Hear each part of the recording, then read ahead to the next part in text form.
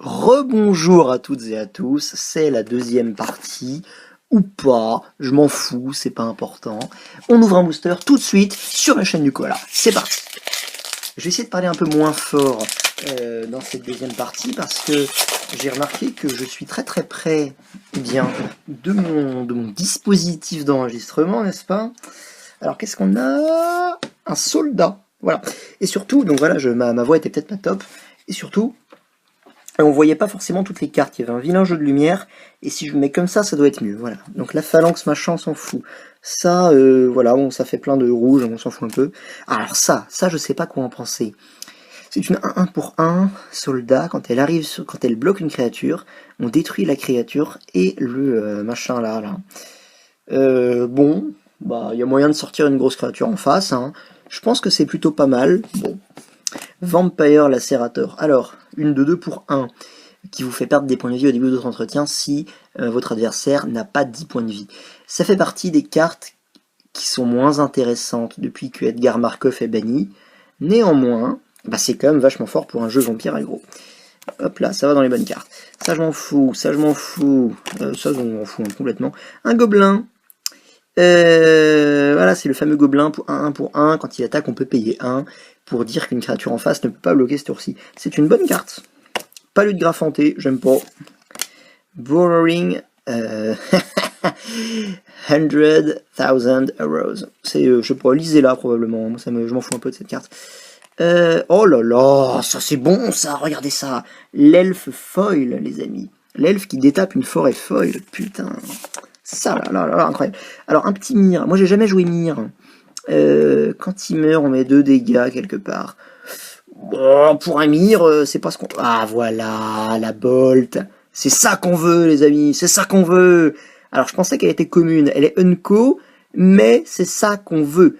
On veut nos putains de foudres et on les a. Très bien, c'est très très bien ça. Si vous voilà, lisez, enfin vous connaissez probablement la carte. Et Promise of Bunray. Ah mais non mais c'est une unco ça. Je pensais que c'était la dernière. C'est un enchantement pour 3. Quand une créature qu'on contrôle meurt, eh bien on sacrifie la Promise of Bunray. Hein. Ah oui, si vous avez déjà regardé des petits apartés, si vous avez déjà regardé des animés en anglais, enfin des animés doublés en anglais, eh bien les noms japonais en anglais sonnent horriblement dégueulasses, genre Promise of Bunray. Si vous avez déjà joué à un jeu Naruto en anglais, c'est une horreur. Hein. Bon, voilà. Et donc on sacrifie la promesse de Bunray et si on le fait, eh bien, on crée 4 esprits. 1-1. Donc c'est très fort. Hein. D'ailleurs, ça fait allusion, ça peut marcher avec la combo que je vous avais dit dans le premier épisode hein, avec Flash. Bon. Et la rare. Oh là là là là, ça c'est intéressant encore. Rishadan Port, le port de Rishadan, un terrain réédité qui est joué dans les trucs pour contrôler. Vous pouvez simplement en fait aller engager les landes de votre adversaire. Donc ça l'emmerde de ouf en fait. Voilà. C'est rigolo, c'est très rigolo. Ça fait chier votre adversaire. Ça le ralentit énormément. Bien. Nouveau booster. Ah, là, on a plein de cartes bien. Putain, je regrette rien. Oh là là, les 200 €, je les regrette absolument pas. Quoi. J'ai des idées de deck. J'ai plusieurs idées de deck. Bon. Un esprit. Un esprit qui vole. Bien. Bon, le token, on s'en fout un peu. Hein. Ruthless machin, j'aime bien. Alors, le cougar. Alors, attendez, hop, que je centre bien. Ah, voilà. Le cougar, je m'en fous. Act of Héroïsme, je m'en fous, c'est une carte de l'année dernière. Diabolique Tédict. Le joueur ciblé sacrifie une créature, ça coûte 2.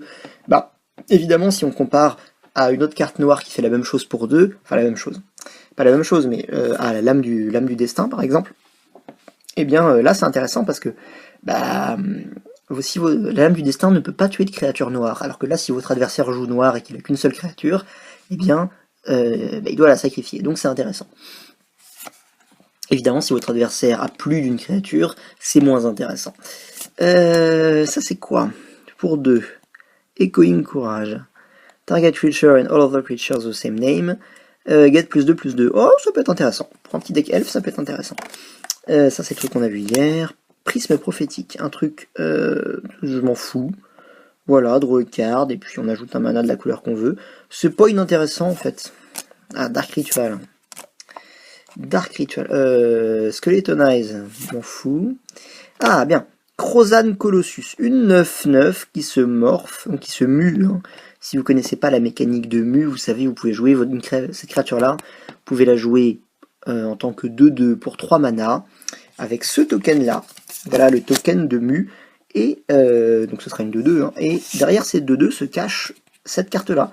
Donc il y a moyen de faire des grosses blagues, notamment avec la 13-13 piétinement. Merfolk-Looter, une carte intéressante, très intéressante.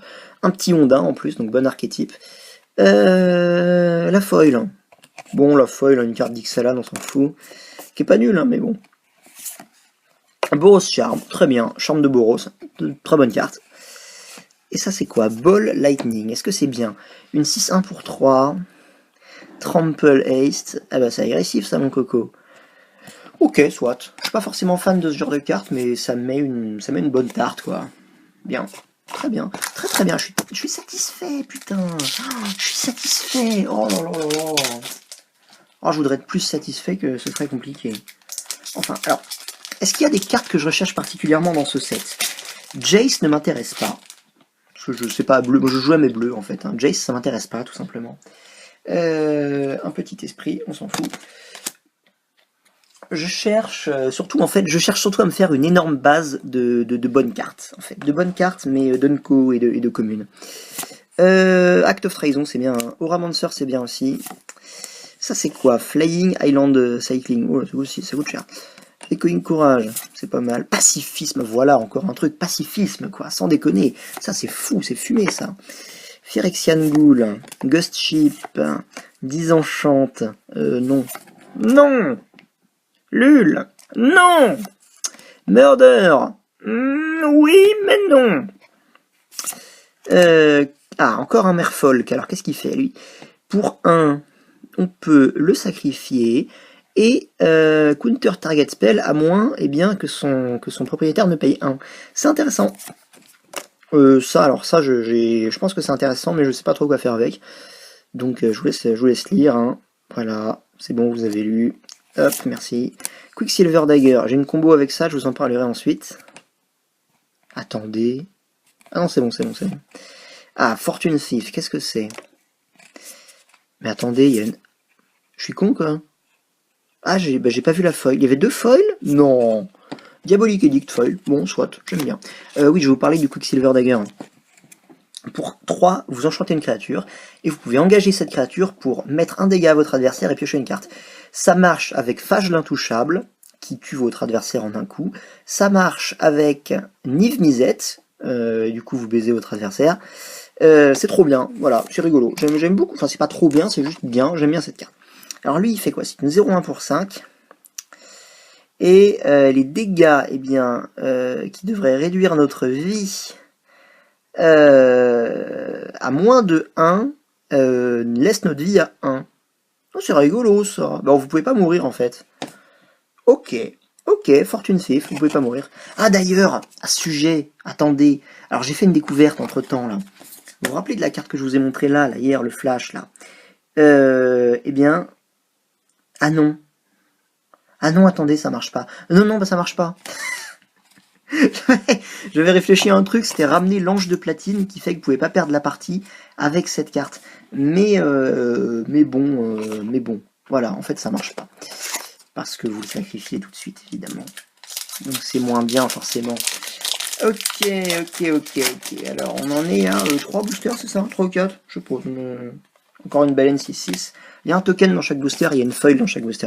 L'horreur des landes dévastées, je m'en fiche. Trumpet Blast, c'est intéressant pour les decks. Voilà, machin, là, tribaux, voilà. Bien. Wakeman Lion, ça a été joué. Hein. Beaucoup de joueurs m'ont dit que c'était intéressant. Une de 2 pour 2 en flash, et vous retournez une créature que vous contrôlez dans la main de son propriétaire quand le lion arrive en jeu. Bah, c'est intéressant, vous sauvez une de vos bêtes, quoi. Mais en blanc, donc c'est pas mal. Unairs toujours, j'aime bien cette carte. Giant Growth, c'est la putain de même chose qu'une foudre. En un peu moins bien, je vous l'accorde, mais c'est trop fort. Pour 1 +3/+3 en éphémère, c'est trop fort. Attendez, j'en ai sorti 2. Fantôme Cire, je m'en fous. La Limule. Ah oui, alors tiens, culture générale. Ça, les enfants, ça s'appelle une limule, et pas un crabe. À moins que horseshoe crab, ça veut dire limule. Mais si vous ne connaissiez pas la limule, cherchez limule, hein, ça s'écrit L-I-M-U-L-E. C'est cet animal-là, littéralement, c'est un putain d'animal préhistorique. Voilà, pour 1, vous mettez -2 en instant à une créature, c'est vachement fort. Alors ça, c'est du foutage de gueule, hein, les gars. Dinosaure 6-6, machin, bon. Alors attendez, qu'est-ce que je fais, là? Voilà. Pillage. Destroy target artifact Arcland, it can be regenerated. C'est pas mal. Commune que j'aime bien. Twisted Image. Switch. Power and toughness until the end of turn. Draw a card. Oh, c'est intéressant. Genju of Spires. Les fameux enchantements qui se mettent sur Voland, je vous laisse lire. Ordeal of Heliod. L'épreuve d'Heliod. Je la connais pas. Elle vous fait gagner 10 points de vie. Oh, c'est intéressant. Alors attendez. Ah voilà, ça c'est intéressant. Encore un land. Pendelhaven, beaucoup de cartes pour les decks elfes. Hein. Ça c'est pour les decks elfes. Ou d'autres trucs, mais moi je pense à ça. Ça fait soit un land, soit une forêt, soit la créature que vous contrôlez gagne plus 1, qui de force, une 1-1 que vous contrôlez, j'ai eu du mal, gagne plus 1, plus 2 jusqu'à la fin du tour. C'est une très bonne carte. Et la rare, c'est pillage, très bien. Et bah pillage, je trouve ça bien, je vais la mettre là. Bien, petite pause. Bon, petite pause et petit booster en plus, parce que je m'aperçois que par rapport à la vidéo d'avant, il y a encore un peu de temps. Voilà, donc petit booster en plus, c'est parti. Je l'ouvre. Oh, dis donc. Alors oui, parlons d'un truc. À la sortie de Modern 25, la Master 25, il y avait eu des théories comme quoi vous pouviez bien prédire quelle boîte, allez, un petit gobelin, quelle boîte allait avoir telle ou telle rare et tout. Et en fait, au magasin, on a essayé, on a participé tous ensemble, on a pris des boosters, on a testé des boîtes, et en fait, on n'a pas réussi à trouver l'algorithme. Donc a priori, c'était des conneries. Voilà. Ça, j'aime beaucoup. Ça, j'aime pas. Act of Heroism, c'est une bonne carte, mais j'aime pas. Diabolique Edict, il y en a déjà vu plein. Shocking Tethers, c'est ça. On peut engager jusqu'à 4 créatures. Ouh, c'est intéressant ça. Ça, c'est intéressant. Ça se recycle, et quand ça se recycle, on peut engager une créature. C'est intéressant. Cavu Climber, qui draw une carte quand on arrive en jeu. 3-3 pour 5. Non! Frenzied Gobelin, j'aime bien, on l'a vu hier. Wild Heart Invoker. Heart. Dites bien Wild Heart. Avec un bon accent, s'il vous plaît.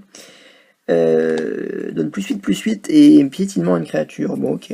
Truc fort en late game si vous le piochez. Le Manowar, 2-2 pour 3. Et quand il arrive en jeu, on peut renvoyer une créature dans la main de son propriétaire. C'est intéressant, ça.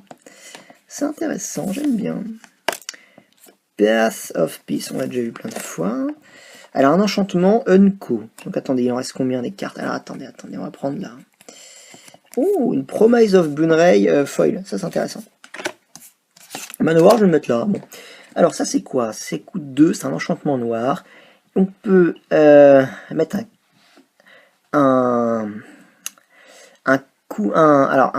marqueur, pardon, putain. Alors je sais très bien ce que ça veut dire plot, hein, mais counter, j'étais en train de chercher. On peut mettre un marqueur complot, parce que plot ça veut dire complot, sur les deadly design, et chaque joueur peut activer ça. Et quand il y en a 5 ou plus, on sacrifie et on détruit jusqu'à 2 créatures. Très bien. Très bien. Ah, Urbis Protector, encore un. Ok, soit, j'aime bien cette carte. Ça, je sais pas trop quoi en penser de ça, là. Fierce en pâte. C'est un elfe 1-1 pour 3. Déjà, c'est pourri. Et quand vous le mettez en jeu, eh bien, vous pouvez aller chercher une créature qui coûte 6 ou plus, la révéler et la mettre dans votre main. Pour les decks vert Eldrazi, peut-être. Allez, la rare. L'Aquatus Champion. C'est fort. J'ai vu cette carte, elle est forte. C'est une 6-3 pour 6. Quand elle arrive en jeu, le joueur ciblé perd 6 points de vie. Quand elle quitte le champ de bataille, le joueur ciblé gagne 6 points de vie. Et on peut le régénérer. Donc, c'est cool. C'est une bonne carte. Allez, cette fois-ci, c'est la vraie fin de cette vidéo. Je vous dis à demain, les amis. Oui!